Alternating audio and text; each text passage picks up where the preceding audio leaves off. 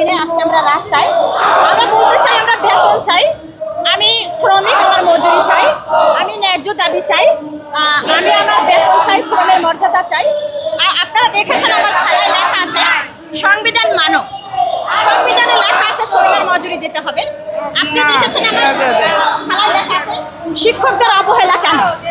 তো আমরা বলতে চাই আমাদের সাথে অবহেলা হচ্ছে, আমাদেরকে মানুষ মনে করা হচ্ছে না। বাংলাদেশ সরকারের সচিবালয়ে বসে যারা নীতি নির্ধারক রয়েছেন তারা আমাদেরকে মানুষ মনে করছেন না, তারা মনে করছেন আমরা কীট, আমরা মানুষ নই। যদি আমাদের মানুষ মনে করতেন তাহলে কিন্তু তারা আমাদের বেতনের আওতায় নিয়ে আসতেন। আজকে সামনে আসন্ন এসএসসি পরীক্ষা, আমরা শিক্ষকরা আজকে আমরা রাস্তায় এসেছি আমাদের বেতনের জন্য। এটাও কি বাংলাদেশ? এটার নাম নাকি বাংলাদেশ যেখানে শিক্ষকেরা রাস্তায় আসে তাদের বেতনের জন্য? আমরা সরকারকে বলবো, আপনি মালয়েশিয়া সফরে গেছেন, সাধুবাদ জানাই। আমরা কিন্তু এখন রাস্তায়। আপনি বলেছিলেন আপনার নির্বাচনী ইস্তিহারে ভার্চুয়াল মিটিং আপনি বলেছিলেন যে আমার সরকার ক্ষমতায় আসলে আমাদের শিক্ষকদের নাকি রাস্তায় আসতে হবে না। তাহলে আমরা কি রাস্তায় নয়?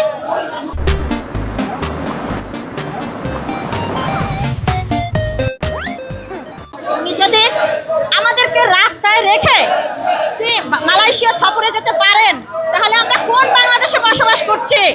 আমরা মাননীয় প্রধানমন্ত্রী জনাব তারেক রহমানের কাছে জানতে চাই। আমরা তারেক রহমানের দৃষ্টি আকর্ষণ করছি, আপনি মানবিকতার সরকার, আপনি মহান সরকার, আপনি আপসীন নেত্রীর সন্তান, আমাদেরকে বেতন দিন, আমাদের বেতনের ব্যবস্থা করুন।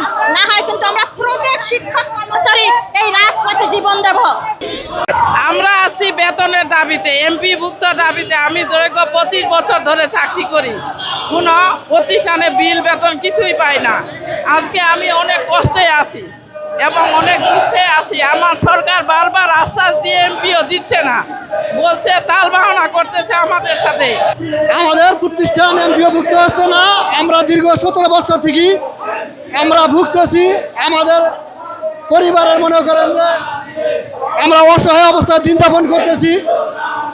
আমাদের বেতন ভাতা না হওয়া অবস্থায় আমাদের পরিবার পরিজন নিয়ে আমরা খুব সহনশীল অবস্থায় আছি।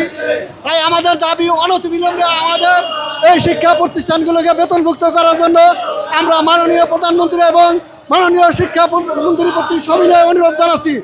বেতনবিহীন চাকরি করছি, বৈষম্যের শিকার হচ্ছি। আমরা আমাদের একটাই দাবি, নন এমপিও শিক্ষকদের এমপিও করতে হবে।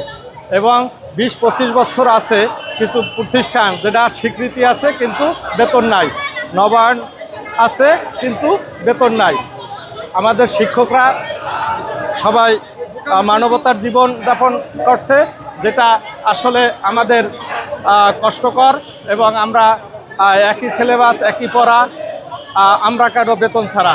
যে কারণে আমরা এই আন্দোলন, আমাদের 100 দিনের উপরে 4 ধাপে আন্দোলন হয়েছে, কিন্তু আমাদের দিকে শিক্ষামন্ত্রী এবং প্রধানমন্ত্রী তাকাচ্ছে না যে আমরা বেতন